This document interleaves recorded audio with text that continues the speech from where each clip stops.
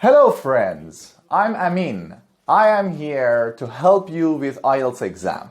We are going to have a series of videos to talk about this very difficult exam. Anything that is difficult has a tip, has a way to deal with it.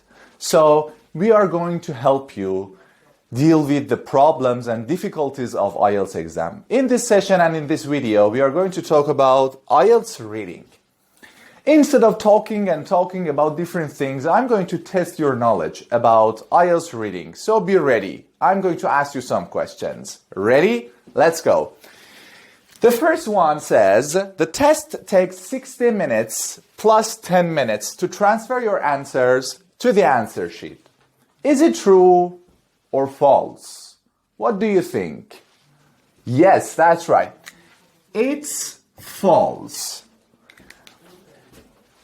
In the Ielts exam, everybody must know that you are going to have only 60 minutes. So, you are not given an extra time to transfer your answers from the question paper to the answer sheet. So be careful. Take your time and you have to dedicate some time at the end of the test. I have seen many people who have taken the exam and they didn't have enough time to transfer their answers from the question paper to the answer sheet. Don't let that happen to you.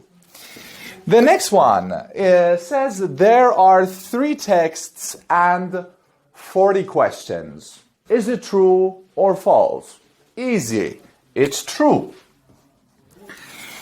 You will be given 3 different texts and you will be given 40 questions. So in 60 minutes, without extra time for transferring your answers, you will have 40 questions. What is the point about these 3 texts? The point is that the texts start from the easiest one to the most difficult one. So normally the first one is easy, the second one gets more difficult, and the last one is the most challenging one. So here is what I suggest. Maybe some people say, okay, I don't like to do this, but this is about my experience. So I'm here to share my experience. You can dedicate your time to different texts. This is what I suggest. This formula, 16, 20, and 24. This is, I think, the best way to divide your time during the test to different texts. The first one, usually you can handle it between 16 or 17 minutes. So you will go to the next one and you will need here about 20 minutes. And the next part and the last part, you will have 24 minutes. This is, I think, the best approach for dedicating your time to different texts. The third one, and something that some people may do is that they start from the last text and then they go backwards. This is not what I suggest because, you know, as I told you before, this is the most tricky one, the most challenging one. So maybe something happens to your self-confidence. So start from the first one. It's better, I think. The third one, the texts are from academic sources. So, is this true or false? What do you think? The texts are from academic sources. Yes, that's right. So, this one is true. You will have different texts with technical words, with technical terms, academic text sources. But you have to know something, that these tests are designed for unspecialized people. You know, anybody who knows English and knows some tricks and tips for doing this test can answer the question. It is not for experts. It's not for testing your knowledge. It is for testing your skill. Number 4, some questions are worth 2 marks. What do you think? Is it true or false? Yes, you're right. It's false. You will be given 40 questions with the same worth. Each question is worth 1 mark. So don't worry about any questions. And I think you know that there are no negative points and negative marks for IELTS exam. So you can just, for the time that you are doubtful between 2 options and 2 choices, you can choose one of them easily and don't worry about any negative parts. And the last part, which is there are more than 12 different task types. True or false? It's true. There are more than 12, something between 12, 13, 14, sometimes it's 15 different task types. But you don't, you have to work all of them. But the good point is that there are some types of questions which are repeated over and over again. So if you practice all of them, you can prioritize your time because you may not have enough time to practice the same amount of time for all task types. So we will have something, I will tell you about the most popular ones so you don't need to work on all of them. You will work on all of them, but you will dedicate your time, most of your time, to the most popular ones in the exam. We are going to talk about different task types. In this part, we are talking about different task types in the reading part. The first one is multiple choice. In this part, you are going to choose from 4 options, A to D, or 2 or more options from a larger list. The second type of task is true, false, not given.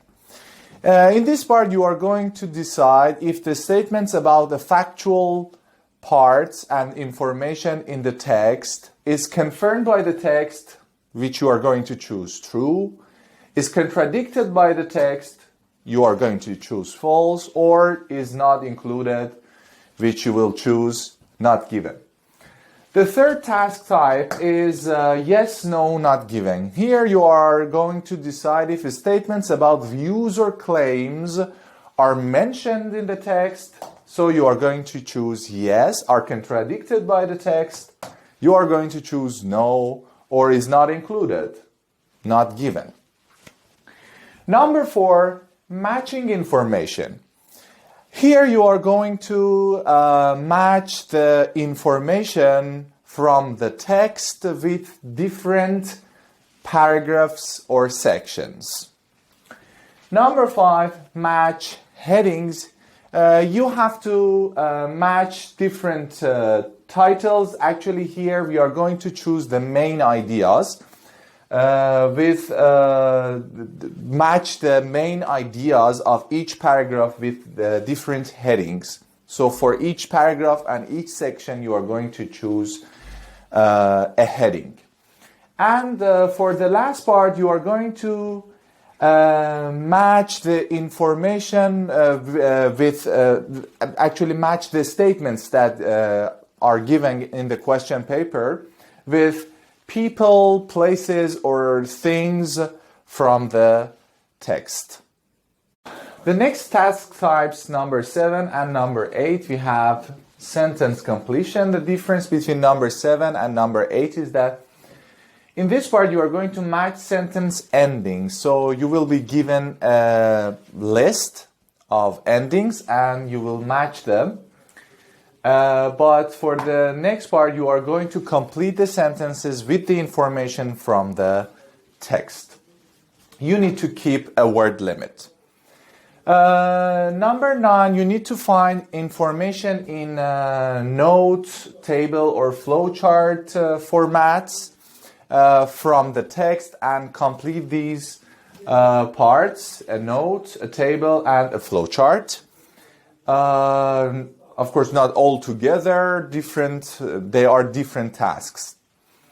The next part is the diagram label completion.